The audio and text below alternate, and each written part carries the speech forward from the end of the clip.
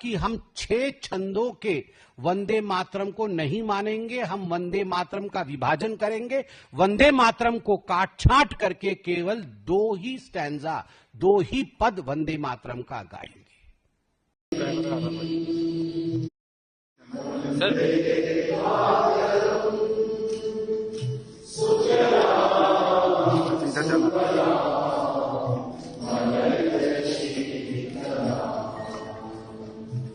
Mic और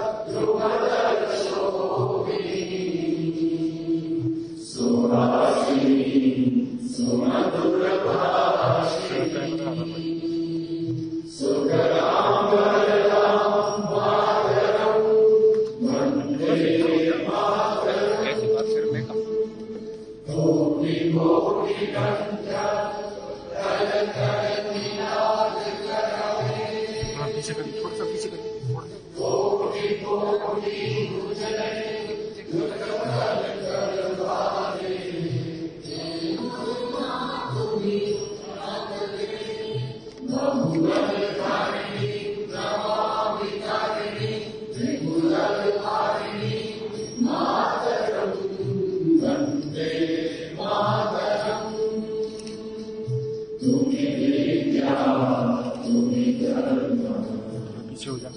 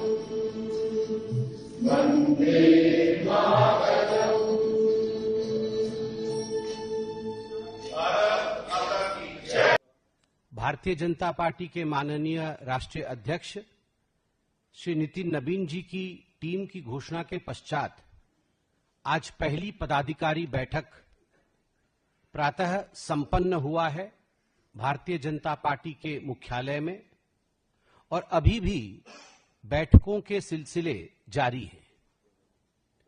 और यह जो पहला पदाधिकारी बैठक माननीय नितिन नवीन जी का हुआ है, उसमें पहला रिजोल्यूशन, पहला प्रस्ताव भारत के गौरव, भारत के सम्मान और जिन लोगों ने, जिन हुतात्माओं ने अपना बलिदान दिया है भारत की स्वतंत्रता के लिए, वैसे महामंत्र वंदे मातरम के सम्मान में यह प्रस्ताव जारी हुआ है।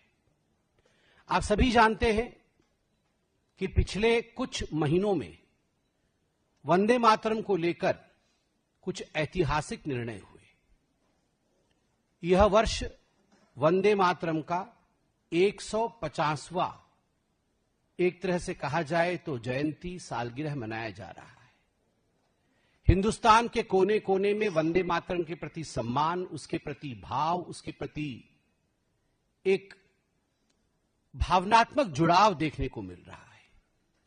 मैंने वंदे मातरम के लिए मंत्र इसलिए कहा क्योंकि इस मंत्र के मूल में देश है, इस मंत्र के मूल में देशभक्ति है। पहली बार भारत के इतिहास में, मैं धन्यवाद देना चाहूंगा एनडीए की सरकार को, मैं धन्यवाद देना चाहूंगा माननीय नरेंद्र मोदी जी को, जो एनडीए की सरकार का अगुवाई कर रहे हैं। पहली बार भारत के इतिहास में 15 अगस्त 2026 को संपूर्ण वंदे मातरम का 6 स्टैंजास जिसमें हैं, 6 पद जिसमें हैं, संपूर्ण वंदे मातरम का पठन, उसका गायन लाल किले के परिसर में हुआ। यह एक नया इतिहास बना। सूर्योदय के साथ हमने संपूर्ण वंदे मातरम को सुना, सराहा, नमन किया, तो सूर्य अस्त होते होते 15 अगस्त 2026 को सोशल मीडिया और मीडिया के माध्यम से कांग्रेस के कार्यालय में जो कुकृत्य हुआ उसको भी हमने देखा।